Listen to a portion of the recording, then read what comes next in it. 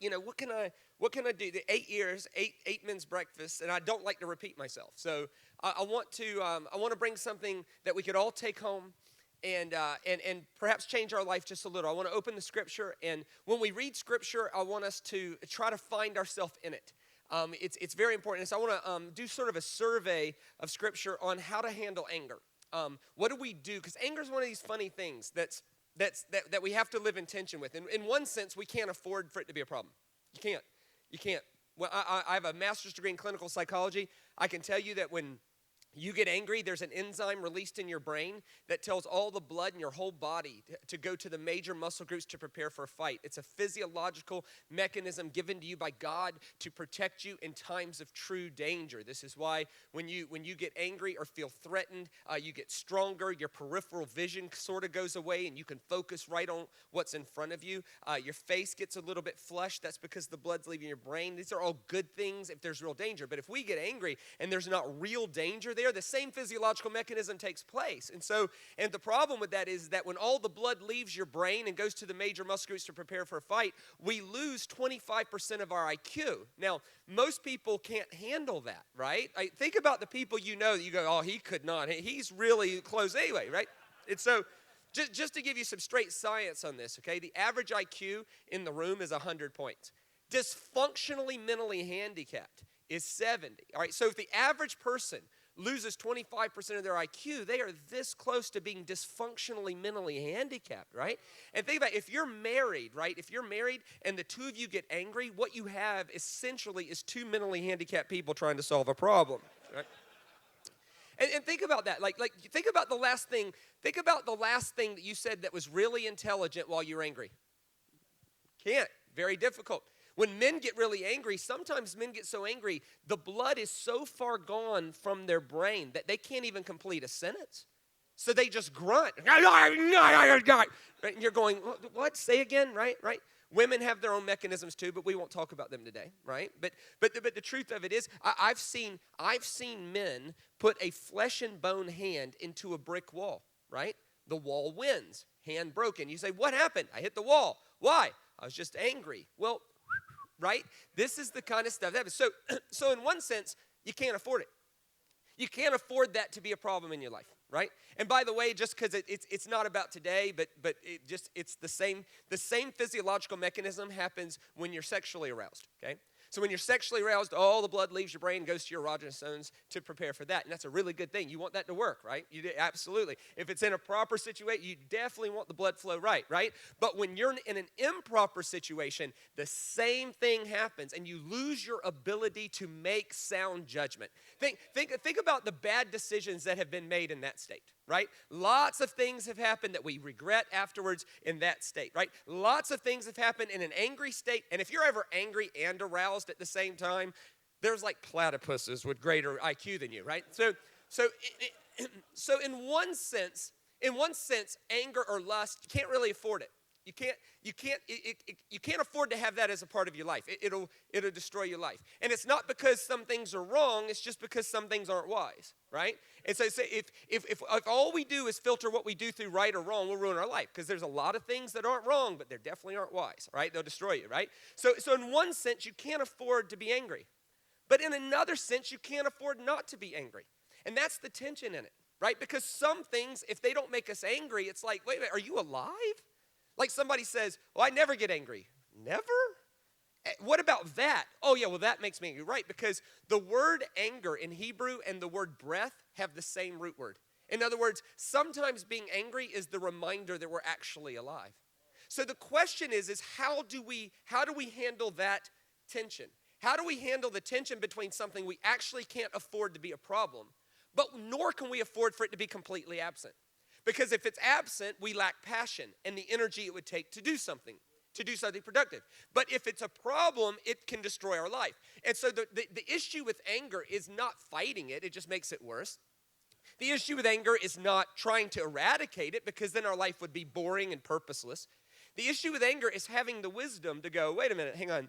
Where is this a problem, and where can I afford, where do I need to up my anger? Now, I want to do a survey today of some wisdom literature. Now, wisdom literature, if you're new to church or you're not sure what, wisdom literature is a piece of the Bible. It's 5 books in the middle of it, right? And these are wisdom statements. They're proverbs or they're poems. They're not meant to be promises, right? If you quote a proverb like a promise, it's a problem, right? Like Proverb says, if you answer your enemy softly, his anger will turn from you. Is that true? In general, like as a wisdom observation about how generally life works, that is absolutely true. But is it a promise? No. Jesus answered his enemies softly and they killed him, right? So wisdom literature is just what it is. It's situational. Sometimes Proverbs says to answer a fool bluntly.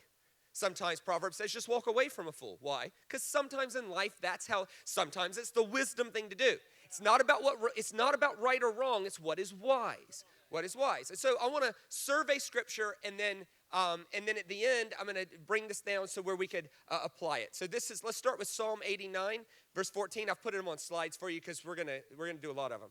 It says, "Righteousness and justice are your foundation of your throne. Love and faithfulness go before you." Now, this is going to be our key scripture at the end, so I want to put it at the beginning. Righteousness and justice are the foundation for your throne. I just want you to mark that in your mind. Righteousness and justice are the foundation of your throne. So a couple thoughts on this. One, some things should make us angry. Human trafficking should make us angry. Yep, slavery should make us angry. This would have made the news here. A few years ago, I live in Charleston, South Carolina. And a few years ago, a 19-year-old racist, very disturbed young man named Dylan Roof, he walked into a Wednesday night Bible study at a historically black church in downtown Charleston, South Carolina. They welcomed him. They hugged him. They loved him. They let him sit in on their Bible study. He sat through the whole Bible study, and in the closing prayer, he pulled out a gun and killed everybody there except 2 so they could tell the story. And here's what he was trying to do. In Charleston, South Carolina is a very small sliver of a peninsula. It's only a few miles wide. And on the left side of Charleston, South Carolina is largely African American. And on the other side of Charleston, South Carolina, only separated by sometimes less than a mile, is very affluent white people.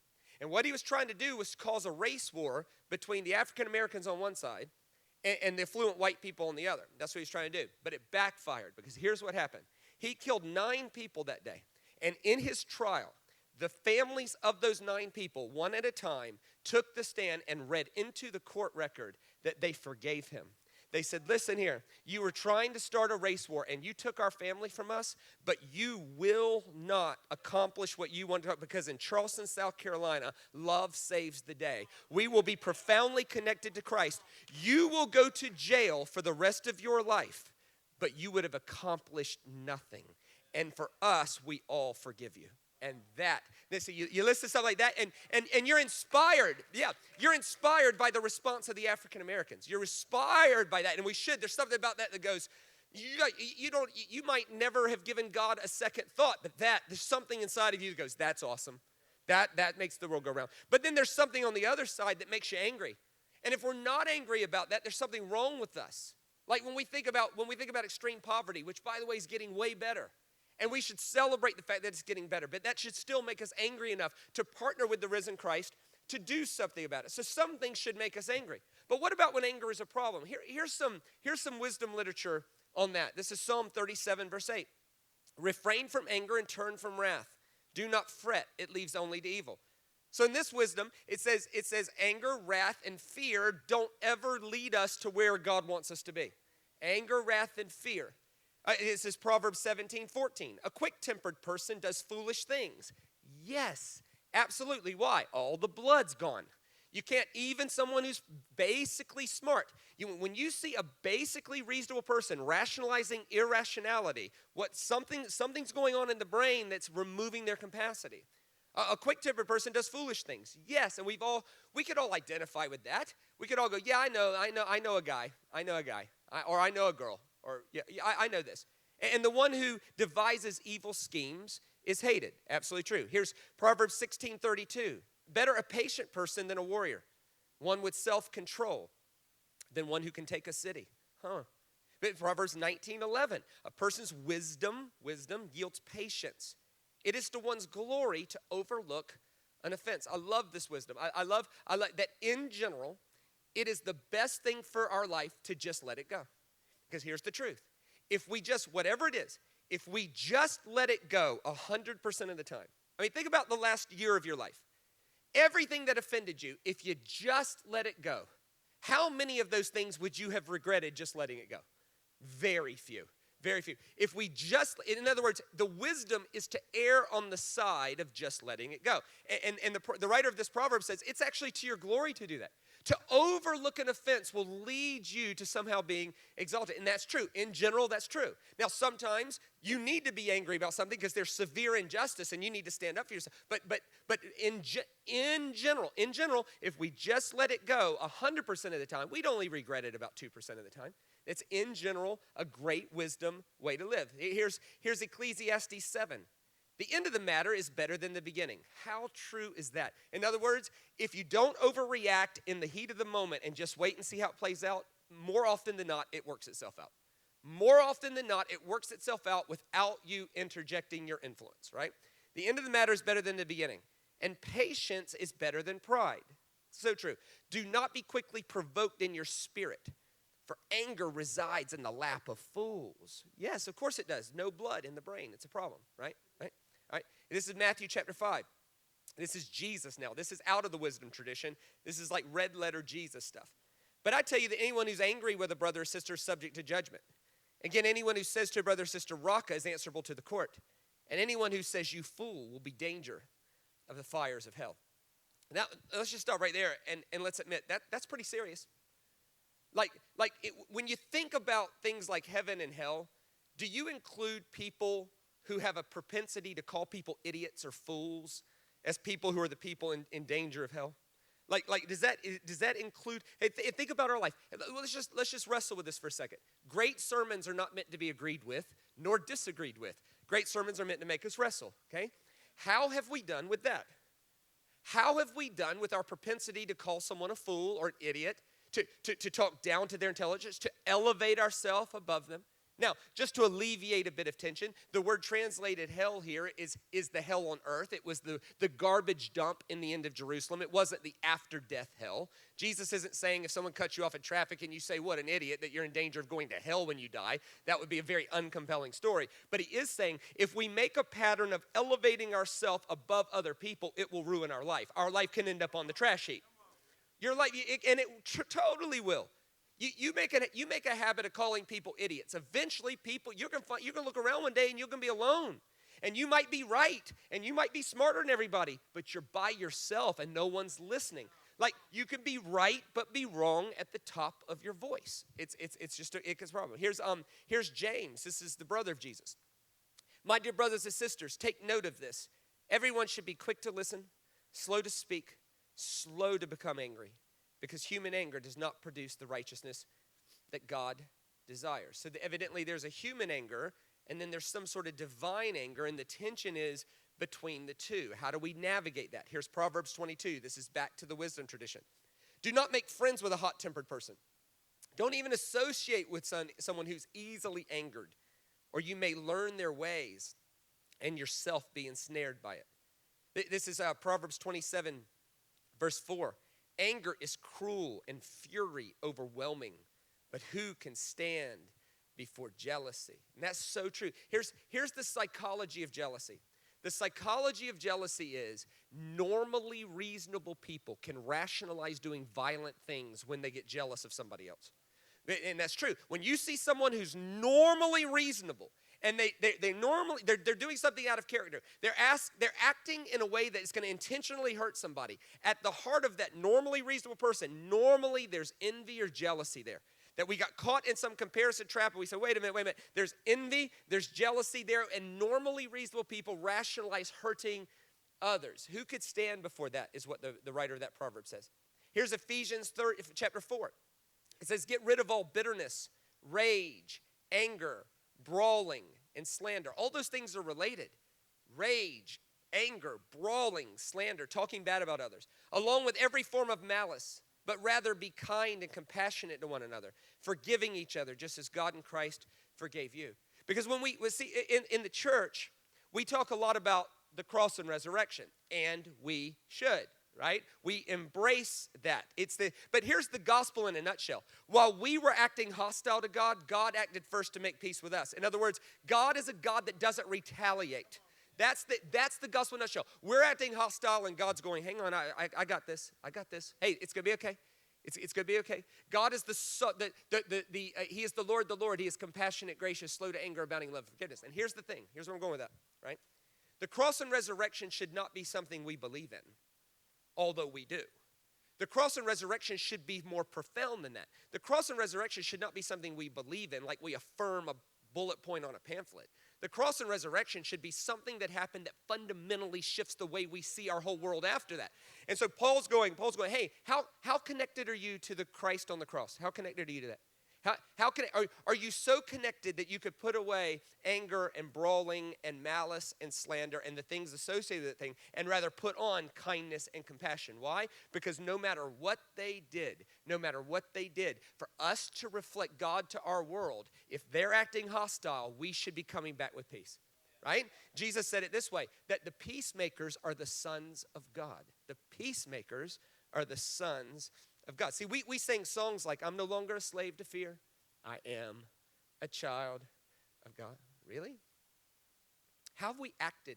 And if we are children of God, are we acting like sons of God by making peace? Our basic disposition in conflict. Jesus says, your basic disposition in conflict is a very big telling point as to whether you're acting like a son of God or not. Not in a way that believes it, but in a way that fundamentally uses that thing to shift the way we see our whole world. This is Proverbs chapter 19, verse 11. Fools give full vent to their rage, but the wise can bring calm in the end. I love this. Wisdom is a character in the biblical narrative. They tend to anthropomorphize wisdom. And by the way, it's always anthropomorphized as a woman, which, whatever. But here's the thing. It's wisdom is always acting a certain way, and a fool is the converse of that. He says, hey, if you want to be wise, don't give full vent to the idea that, you just need to get it out. No, I don't know. Fools there might be a better way. And then, of course, in Ephesians 4, verse 26, Paul says, be angry and do not sin. So just before he says, put away all anger, he tells us to be angry, which is so weird. It's the tension we talked about at the beginning. Anger is something you cannot afford in your life. You can't. But in another way, you can't afford not to have it. He says, hey, be angry and do not sin. And put away all forms of anger. For human anger does not produce what's going on here, and how do we navigate that tension? I love the way the rabbis teach this. I cannot teach it any better, so I'm not even going to change it. Here's what they say about be angry and do not sin. They read it in reverse, and here's what they say. If you can discipline your heart to stay angry at the right things, you won't have enough energy left to do the wrong things, right? I love that. In other words, if you can discipline your heart to be focusedly angry on the right things, then you won't have enough energy left to participate in things that will destroy you. I'll give you an example. One of my heroes, Kyla Alexander, she runs the orphanage in China that we support, and she's given her life. She's 42. She gave up any thought of being married or having her own family, and she gave her life to helping the plight of the poor and the afflicted and the mentally handicapped children who've been left on the street in China. And so, amazing person. Here's what I've noticed about Kyla, and I've hung out with Kyla some. When Kyla's back in Australia, she's from Australia. When Kyla's back in Australia on furlough, just to get a break from the whole thing, I've never seen Kyla get mad at traffic. Never. I've never seen Kyla get angry at a waiter who was taking too long to get your order. Never. I've never seen Kyla lose her temper at the things I've seen other. Australian road rage is such a problem. It made international news. Okay? Right? They did, CNN did this international thing on road rage, and Australians came in number one. And they had cameras showing stuff Australians get up to. Like the stuff going on in Mackay between motorists and cyclists. I mean, you got people threatening people's lives with crowbars, things like this, right? Like they had videos of Australian getting out at a red light and getting out with a crowbar and walking toward another car and hitting it. This was on video, right? Now honestly, I'm not saying Americans are better, okay? I'm just simply saying you would never see that in America, ever. And the reason is because we all carry guns in the car, right? You never see an American walk up to another American's car. No, bro, you're going to get shot, right? But here's the thing. You say, why do we have road rage? I think we have road rage because we haven't focused our anger energies in the correct places. It's not that we need less anger. I think we need that same amount of anger. But we just need to focus it on the plight of the mentally handicapped in China. We need to focus it on the plight of sex trafficking. We need to focus it on the plight of injustice. We need to focus it on those things. If we took 100% of all that energy, but when we're not putting it towards those right things, when we don't focus on those righteous things, when we don't do that, then we have all this pent-up energy. It's going to do something. It's coming out somewhere. Oh, that waitress, man, she took too long to get my drink. I'm going to tell her about herself. Oh, that guy cut me off. I mean, and people like Kyle Alexander or Brandon Eckert, who's given his life to restore the poor and the afflicted in the Cape Town flats. He doesn't come to also. He's been to Australia and New Zealand. I've flown him out for a few things. He doesn't. I've never seen him get upset at a waitress. He's just happy to be sitting in, to him, what would be paradise. I mean, to someone who grew up in the poor areas of Ottery in Cape Town, for them to come to Toowoomba, this is heaven. And they look at us and go, "What are you're angry about? You're angry about what?" And without being able to say it this way, they're like, "You need to get out more." Right? Like this is so be angry and sin not is a call to focus our anger energies. Not have the cure for anger is not have less of it. We need more of it. We actually need more of it. But it's to focus it in a different direction, to replace it. So like if you find yourself flying off the handle at stupid stuff, the cure is not to fight that. The cure is not to come and say, "Come on, pastors, pray for me till I lose my anger problem." No, it's not. The cure is not. The cure, I believe in prayer, but the cure for anger is not prayer. The cure for anger is replacing it to something else. You only have 100% of energy. You only have that. And if you put it over there, it can't be true here. Can't be true here, right? Now that's the wisdom on it. So I want to now look at the way two people handled anger. So two specific people in the scripture and how they handled anger. And here's how we know how they handled it, because they wrote it down. This is really cool, right? Because when someone really does unjust things to you, the best way to handle it is evidently to write a poem about it, right? And so the first one is written by a guy named David. Here's the context, right? His son has started a civil war against him and is looking to kill it. So he's riled up a bunch of enemies, and they're coming against David. And David is bringing this situation to God. Why is he bringing it to God? Because David believed that God's throne is made of justice and righteousness. And so he's bringing the offense to God. And here's what he says. This is Psalm 3. "Lord, how many are my foes? How many rise up against me? Many are saying of me, 'God won't deliver him.' But you, O Lord, are a shield about me. You're my glory, the one who lifts my head high." So far, so good, right? We sing that song. It's an older song, but "Thou, O Lord, are a shield about me. You're my glory." There's something about us that connects with this. People are coming against me, and God's going to stand with me. You're coming against me, but God stands with me. This is something that we all connect with, and so far, so good. "I call out to the Lord, and he answers me from his holy mountain. I lie down and sleep. I wake again because the Lord sustains me. I will not fear, though tens of thousands assail me on every side." So far, so good. "Arise, Lord, deliver me, my God." This is like so full of faith. Then it takes a drastic turn. Watch this next sentence. "Strike all my enemies on the jaw. Break the teeth of the wicked. From the Lord comes deliverance. May their blessing be on the people." I love that. Everything's like, oh, Lord, you're going to defend me. You're going to stand with me. You're going to do this thing. Oh, by the way, in the process of that, if you wouldn't mind breaking their jaw, that would be. Now, a couple things about this. One, this is a poem. This is not God talking. This is David writing his feelings down. There's no record of God breaking Absalom's jaw, right? And that's actually not what this is about. This isn't even about God approving of what David's wanting. This is about us connecting with how to handle offense. And David's going, here's how I handled it. I affirmed lots of truth. That God is still, hey, I woke up this morning and I'm still alive. Hey, that's true. Hey, they're coming against me, but look, I'm still here. Oh, hey, you did your worst and I'm still standing here. Man, well, yeah, absolutely. Hey, I'm going to remind myself that God sustains my life and that God is with me. And if tens of thousands assail me, arise, O Lord, and defend me. Hey, we should identify with that. But it's also okay to identify with the natural emotion of, I would prefer God to break their jaw. That's also okay as well. To go, wait a minute. He's, instead of breaking Absalom's jaw himself, he takes the offense and the offender and he brings it to the throne of the one whose throne is made of justice and righteousness, and he leaves it with him. He leaves it with him. That's one instance. Here's another instance from Psalm 137. Now, this is written by a Jewish priest who is nameless. And here's all we know about him. We know that he was taken captive by Nebuchadnezzar to Babylon. That's what we know, which means that's not all we know. Because we know what Nebuchadnezzar did to people when he took them captive. Here's what they did. If you were over the age of 30, you died because you were useless.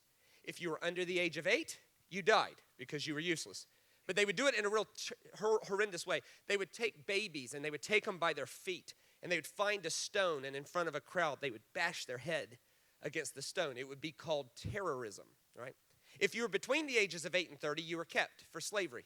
If you were a woman, if you were a Jewish priest and you were taken captive, your wife would have been gang raped to death by a platoon of Nebuchadnezzar's soldiers. She would have been made a sex slave. If you were a guy, sometimes they put your eyes out, sometimes they didn't. But with a priest, they would put them through a thing. They would crush their testicles, right? They would hold them down and they'd crush their testicles between two rocks because they didn't want them reproducing a potential revolt. And so think about, if you're this guy, what have you lost in one day? You lost your wife, your children, your job, your temple, your land, your faith. You'd be like, where is God in all this? Everything's getting knocked around. So you've lost your wife, your children, your home, your land, your job, your title, your position. You're going to be put in chains and marched to Babylon and be forced to serve as a slave to the temple of Ishtar, and you've lost your testicles in one day. Would you agree with me that that's a pretty bad day, right? Like, how was your week, right? Like, oh man, I lost my wife and my kids and my job and my home and my land and they crushed my testicles. I mean, whatever you think about that, that's a really bad flipping day. And how do you handle that? Well, evidently you write a poem.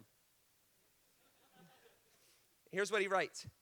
By the rivers of Babylon we wept when we remembered Zion. There on the poplars we hung our harps, for there our captors asked us for songs. Our tormentors demanded songs of joy. Sing us your song. This is slave drivers forcing slaves to entertain them. Sing, boy, sing. Come on, entertain us. That's not good enough. Come on, keep singing. Keep singing. It's just horrendous. How can we sing the songs of the Lord while in a foreign land? If I forget you, Jerusalem, may my right hand forget its skill. May the tongue cling to the roof of my mouth. If I do not remember you, if I do not consider Jerusalem my highest joy, then he switches gears. Watch this. Remember, O Lord, what the Edomites did on that day that Jerusalem fell. Tear it down, they cried. Tear it down to its foundations. O daughter Babylon, doomed to be destroyed. Happy is the one who repays you for what you have done to us. Happy is the one who seizes your infants and dashes them against the rocks. Now remember, this is a poem. This is not God writing this. This is not God going, oh, I love it when people kill children. This is not.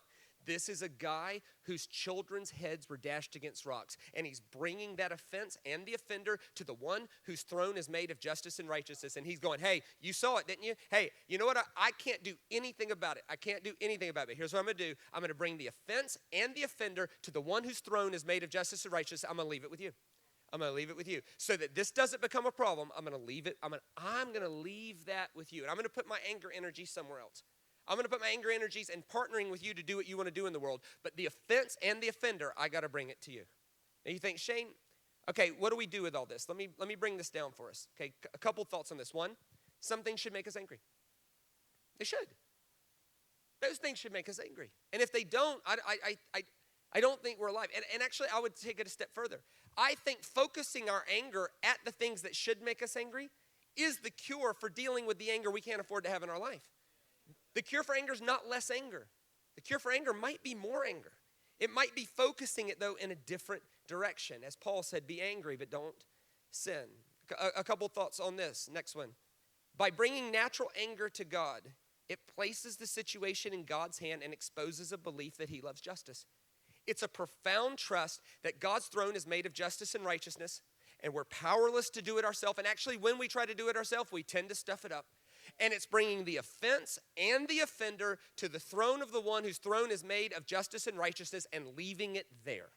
It's that. Let's say it this way. These are not well-scripted holy prayers. I love that about those Psalms. Like there's no self-protection. If you were secretly hoping other people's children's heads got bashed against stones, that would be something you'd probably want to keep on the down low, right? Probably want to hold that to yourself. You probably, if you accidentally said that out loud, you'd be hoping no one was recording it. Like, oh, I can at least deny it, right? Right?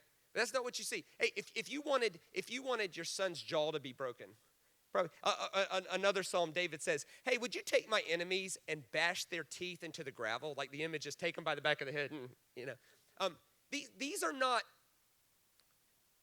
self-protective prayers. They're not presumptuous. They're not.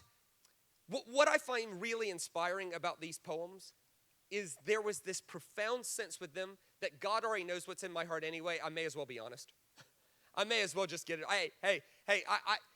For me to pretend God doesn't already know what's going on is a whole nother profound lack of trust and a small view of God. If I acknowledge that God already knows what's going on and his throne is made of justice and righteousness, I'm actually, okay, and actually the healthiest thing to do with offense and the offender is to be as raw as I can in poetry form to God. That way I don't actually hurt a human being. I'm going to get it out here. That way I don't actually hurt you there. And that is wisdom. That is wisdom. To bring that maybe God doesn't want our perfection. He wants our honesty. Let's say it this way. To bring the offense and the offender to the hands of God evinces our trust for justice and righteousness to prevail without our intervention.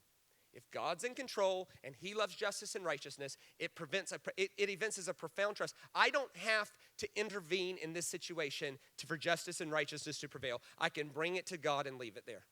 If you're a parent, you understand this. Like, there's two things you do not have to teach children. You don't have to teach them this. You don't have to teach them to take revenge. You don't. If your 5-year-old takes your 3-year-old's toy, you don't have to teach that 3-year-old to hit the 5-year-old and try to get the toy back, nor vice versa. You don't have to. You don't have to teach children when they do you wrong, do them wrong worse. You don't have to teach that. That's just in us. It's in our blood. It's in our blood before it's in our head. It's a natural reaction. You don't have to teach children to take revenge, nor do you have to teach children to tell when they feel hopeless. You don't. You don't have to teach them. And every parent has dealt with that. Every parent has worked 50 hours in the week, and it's Friday night, and you're having a peaceful night home, and you got 3 children in the back playing somewhere, but they're leaving you alone. And this is just heaven on earth.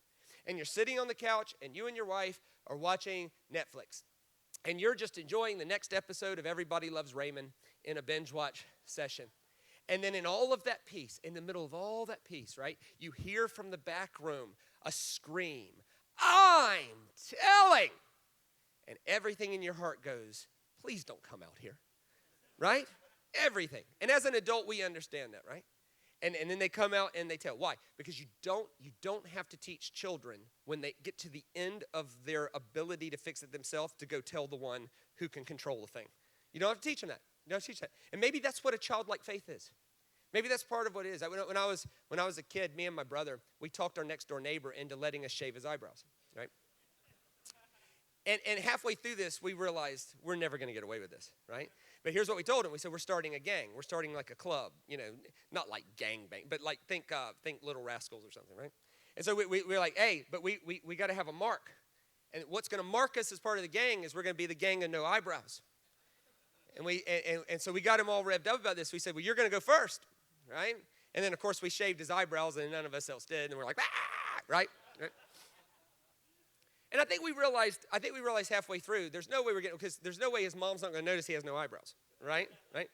And so when he realized that we weren't going to shave our eyebrows and he was the butt of the joke, I'm telling, and then terror filled us, right? Because he's going to tell his mom, she's going to tell our mom, our dad's going to get the belt out or whatever, and we're like, oh man, we shaved his eyebrows. That was fun for a second, right? That's what happened. So he runs across the street. I don't know, we followed. I don't know what we were thinking. Anyway, we should have went and hid, but we went and followed. And his mom must have been having one of those days. And he runs into the house and he says, Mom, they shaved my eyebrows off, And I could still remember where I was standing. I remember her face. I remember everything about it. She turned and she went, oh, I don't care. Yes. Now, as an adult, I get that, right? But I was so glad she was having one of those days then. And I think a childlike faith is simply that. How do you handle anger? You bring the offense and the offender. You acknowledge your helplessness to solve it, and you bring it to the one who can.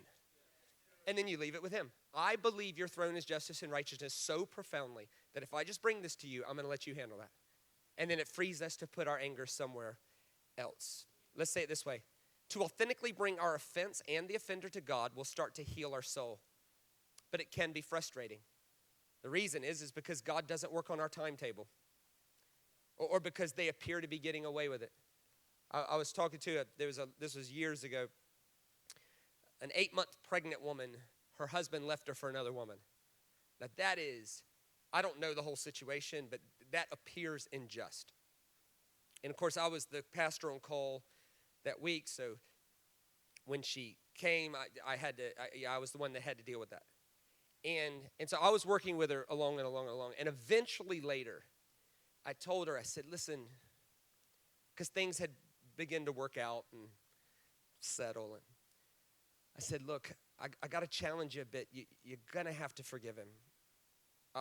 Just for yourself. You got it. You can't live, tormented. And you got to lose the man-hatey thing.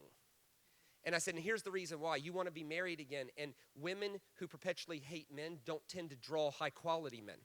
Because high-quality men are repelled when people hate them. Right. But so I understood her plight, but I also understood where she wanted to go, right? And this is what she said. She said, you know what makes that so hard? She said, I know you're right, but you know what makes that so hard? She said, he's getting away with it. I'm the single mom, and he's loving his life. Now, the fallacy in that is he wasn't loving his life. They're sowing and reaping. You got to lay down with yourself. You got to shave with yourself in the mirror. There's stuff going on she'd never know it. He appeared to be getting away with it. And eventually, she was able to bring the offense and the offender to the one whose throne is justice and righteousness and leave it there. And she, to this day, is happily married to a great, great guy. God restored that. I think it'd be frustrating because we realize God loves them as much as he loves us. And that could be frustrating. You bring the offense and the offender to God, and then this realization is, oh, God loves them too. That's frustrating. I think because offenses we have done come to mind and we don't want justice. There's something about bringing the offense and the offender to the one whose throne is justice and righteousness. And while we're asking God to break their jaw, we remember a wrong we did and we're just hoping God doesn't break our jaw. And then we realize, oh, am I wanting mercy for myself and then justice for everybody else? That can't work. So bringing it to the one whose throne is justice and righteousness is healthy, but can be frustrating. So a couple of things to end this in terms of questions. I want us to wrestle a bit. One, where should we up our anger? Are we even alive? If you say, I struggle with anger on occasion, the cure for that is not to fight it. The cure for that is to increase it, but put it somewhere else. Give your life passionately to something. Use that energy to make a difference in someone's world. Two, who or what do we need to unload on God? Maybe you can go home today and without publishing it on Facebook. I think the wisdom here is don't press send, right? Don't press send. God's got it, right? Write a poem or write a letter. Write a journal entry. that is raw and honest about how you feel about the offense and the offender, and then leave it at the throne of the one whose throne is made of justice and righteousness. Where do we need to release it? Where are we frustrated and holding on? I'm going to end the day with a thought from the Apostle Paul about what it means to be so profoundly connected to the cross that it affects how we see our whole world. Here, this is from the book of Romans, chapter 12. Here it goes. Bless those who persecute you. Bless and do not curse. What an amazing thing, because that's exactly what Jesus did. They're persecuting him. He's forgiving. He's blessing. Like, how connected are we to that side of the cross? How connected are we to that? Rejoice with those who rejoice. Mourn with those who mourn. I love that. That's so wise. In other words, take the temperature of the room. If they're sad, don't come in overpowering them with rejoicing. You know, if someone's child just died, that's not the time to quote Romans 8:28. Right? All things are going to work together, right? It's like, what? Take that somewhere else right now. Take the temperature of the room. Sometimes it's time to challenge people to rejoice. Sometimes it's time to just sit with them and mourn. Take the temperature of the room. It's wisdom. It's wisdom. Live in harmony with one another. Do not be proud, but be willing to associate with people of lower position than you. Do not be conceited. Do not repay anyone evil for evil. Be careful to do what is right in the eyes of everyone. If it is possible, as far as it depends on you, live at peace. Do not take revenge, my dear friends, but leave room for God's wrath. For it is written, it is mine to avenge. I will repay. When we take it on ourselves to be the avenger, we're essentially saying to God, I'm better at your job than you. Leave that to me. And we'll always be frustrated. On the contrary, if your enemy is hungry, feed him. If he's thirsty, give him something to drink. In doing this, you'll heap burning coals on his head. Without going into it, that's a good thing in Jewish culture. Fire! Do not be overcome by evil, but overcome evil with good. The cure for anger is not less of it. The cure for anger is more of it, focused in the right direction. So I bless you to be people who focus your passion and your energy. It's not going to get any less. Don't fight it. You fight it, you'll empower it. Simply replace it. Be angry and do not sin. Let me pray for us. We love you, Lord. We honor you. We proclaim your King. There's none like you. Lord, we bring this morning, why don't you just take a second and think about what we talked about. Is there a place where you need to bring the offense and the offender to the one whose throne is justice and righteousness and leave it there? Is there any place you need to quit pretending that it didn't hurt? Is there any place you need to quit pretending that you actually don't want them harmed? It's okay to say, no, in my natural heart I do want them harmed, but I want to bring that to the throne of the one who's just and righteous. And I'm going to evince a profound trust that he's got this. Maybe as a therapy or something, you could spend some time this afternoon writing a poem or a journal entry and be raw. Maybe you could admit, hey, you know what? I've tried to protect myself with God. I don't want him to know the things going on in my heart, but he already knows and he likes you anyway. And maybe we could just bring those things. Amen.